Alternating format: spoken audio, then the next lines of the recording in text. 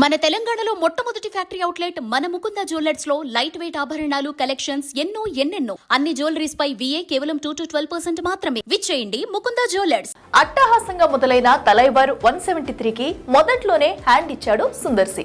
దీంతో ఈ crazy కాంబోకి megaphone పట్టేదెవరని curious గా వాచ్ చేస్తున్న తమిళ తంబిలకి షాకిస్తూ ధనుష్ వైపు దిక్కులు చూస్తున్నాడట కమల్.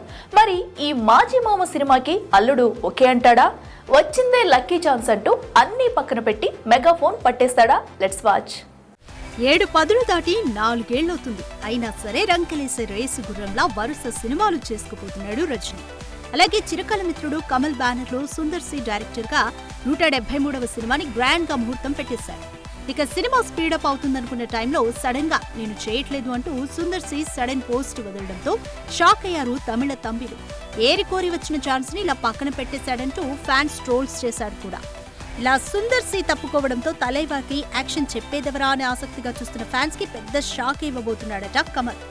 అవును, హీరోగానే కాదు డైరెక్టర్ గాను రాయన్ నీక్ ఇడ్లీ కొట్టు అంటూ వరుస సినిమాలకి మెగాఫోన్ పట్టి ప్రూవ్ చేసుకున్న రజనీ మాజీ అల్లుడు ధనుష్ తో మెగాఫోన్ పట్టించే ప్లాన్ లో ఉన్నాడని talk.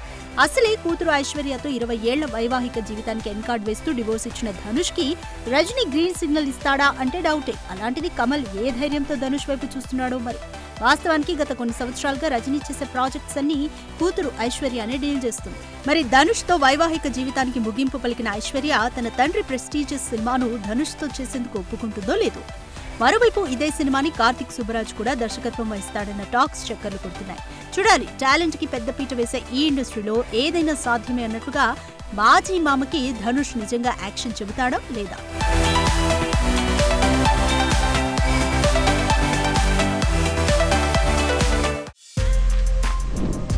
For more videos like this, subscribe Big TV channel.